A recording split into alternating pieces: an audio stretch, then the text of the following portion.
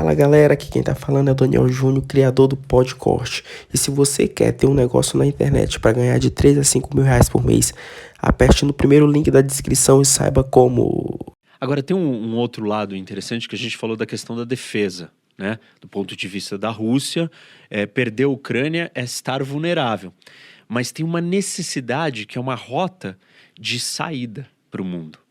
Sem a Ucrânia, ou mais especificamente sem a Crimeia, os russos não acessam portos de água quente. A Crimeia é russa ou ucraniana? Hoje é russa. Se você perguntar pro Putin, Não, sempre foi eu olhei russa. aqui e não consegui definir. Ela é dominada pela Rússia hoje. Tá. E você Ela vê foi que ela anexada. tá no Mar Anexada. Negro, né? Ela tem, Isso. na verdade não dá pra ver que tem Porque a linha 3 sempre existiu uma base naval russa ali. Porque se você reparar na Crimeia, ela é uma península que entra para dentro do Mar Negro. E o que é uma vantagem de uma península? Se você estiver aqui na praia aqui e eu estiver aqui, quando você for sair, eu já tô aqui. Até você chegar no meio do caminho, eu já tô te bloqueando, cercado, já te afundei. Então, quem dominar este território, essa projeção para dentro, Dominou aquele mar. domina o mar inteiro. E esse é um mar muito importante para os russos. Por quê? Voltando para aquela história da Alemanha se juntar com a Rússia, que eles iam controlar um território gigante terrestre, a grande discussão geopolítica é entre forças marítimas e forças continentais ou terrestres. Então, se a Rússia e a Alemanha representam as forças terrestres, e os Estados Unidos e a Inglaterra, por exemplo, representaram as forças marítimas, onde que você contém o avanço da força terrestre? Não permita que ela chegue no mar. E essa foi o grande do tabuleiro mundial durante muito tempo. E a Rússia não tinha o acesso ao mar. Ela tem o acesso em Vladivostok. O mar congelado. Que congela durante 4 meses do ano e está cercado pelo Japão. Se você olhar ali onde está Vladivostok, o Japão está na frente formando um paredão, quase que uma meia-lua fechando aquele lugar. O pessoal, quando fala Vladivostok, lembra do Or, Isso. aquela grande região, mas é mais pra baixo ali, né? Mas pensa que lá no Or é um lugar estratégico porque você conecta com o outro lado. Só Sim, que não é tão verdade. estratégico assim. Claro, dá acesso para os russos na Ásia, mas ele está isolado de tudo. Não está conectado com o resto da Rússia. E uma região também que é a Sibéria, é muito fria, então não é densamente povoada. 80% da população russa está concentrada na parte não asiática da Rússia. E 75% do território da Rússia é asiático. Então, tudo bem, não adianta Vladivostok não ser congelado, porque ele também é isolado, além de congelar. E aí, do outro lado, você tem o Báltico. Para você sair do Báltico, você vai navegando ali, você tem que passar nos estreitos da Dinamarca e da Noruega, que são países membros da OTAN, que é fácil de fechar e estrangular. E aí, qual é a única saída para o mar de água quente? Então, você não pode entregar. Que Se nem você é uma entrar boa na Crimeia, saída, assim, porque ainda tem não Bósforo e Dardanelos exatamente, tem o da problema Turquia, né? do Bósforo, e aquilo é controlado pela Turquia, que é uma membro da OTAN, e tem um tratado internacional que controla a quantidade de navios de guerra que podem passar, e num caso de guerra, a Turquia está autorizada a fechar a passagem, é um mar fechado.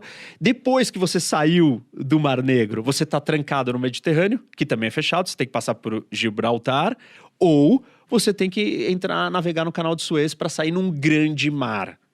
Ou seja, a Ucrânia é a porta de acesso da Rússia para o mundo naval, marítimo. E o comércio internacional e o meio de transporte mais barato é o marítimo. Então você precisa estar nas rotas comerciais. E os grandes oceanos Atlântico, Índico e Pacífico. Se você não está acessando nenhum desses, e os russos não acessam.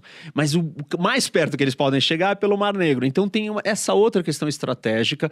Por que a Crimeia? Por que não vai abdicar da Crimeia? E aí, a minha análise fazendo uma análise da situação, se o Putin invadir, não acho que ele vai invadir para ocupar a Ucrânia inteira.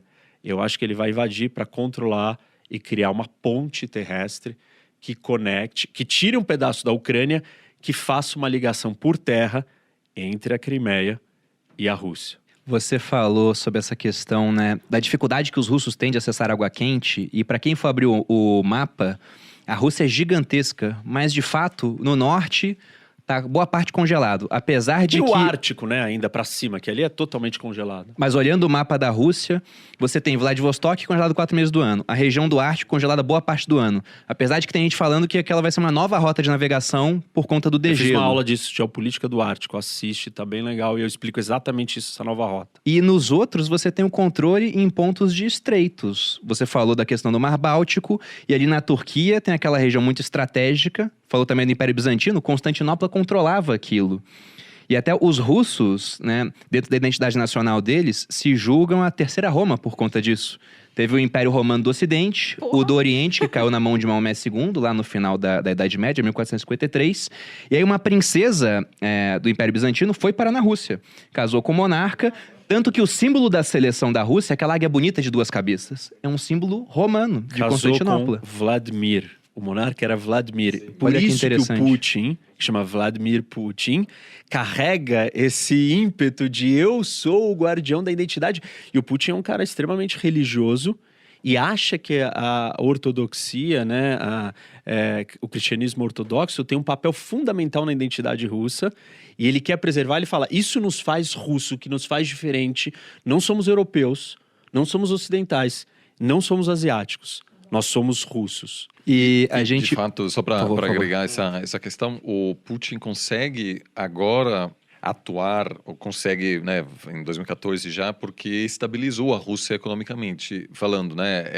Nos anos 90 havia um desespero na elite política russa com o avanço das outras potências, e tem um momento muito interessante, eu acho que foi em 2012, num debate entre os candidatos a presidente nos Estados Unidos, entre Obama e o Mitt Romney na época. E algum jornalista pergunta ao Mitt Romney quem é a principal ameaça que os Estados Unidos enfrentam hoje. E o Mitt Romney diz a Rússia. E naquele momento virou uma piada, porque as pessoas dizem, mas a Rússia já era, a Rússia é uma potência regional. Obama depois chamou a Rússia de potência regional, né, que é uma ofensa para um país que quer ser um polo de poder, porque a transição que aconteceu na Alemanha, né, a Alemanha tinha ambições globais, né, de ocupar toda a Europa, primeiro na Alemanha imperial, depois na Alemanha nazista, mas depois sofreu a derrota, a ocupação, e mudou sua narrativa de quem é a Alemanha. Virou de um país ultramilitarizado, que estava em expansão, que tinha teorias raciais, que para supostamente justificar, né, sua superioridade, etc., para virar um país pacifista, que não tem exército. Essas transições são muito difíceis. A Alemanha também não tinha outra opção, obviamente. Era um país ocupado. Foi ocupado, mas foi uma transição bem sucedida. A Rússia não. Né? Ou seja, não houve assim... Havia até algumas expectativas de que a Rússia poderia ser integrada no Ocidente. Ela chegou a fazer parte do G7, que mudou de nome para o G8. Mas a Rússia sempre teve a percepção de que seria aceito no clube como membro de segunda classe. Então, todas as coisas que o René está falando aqui demonstram que a Rússia nunca abriu mão dessa grande história, né, de glória, de grande potência. E o Putin, apesar de não ter melhorado muito a qualidade de vida, diria, né, do cidadão médio, acumulou uma reserva, reservas significativas. Hoje eu acho que é mais de 600 bilhões de dólares. O dobro do Brasil.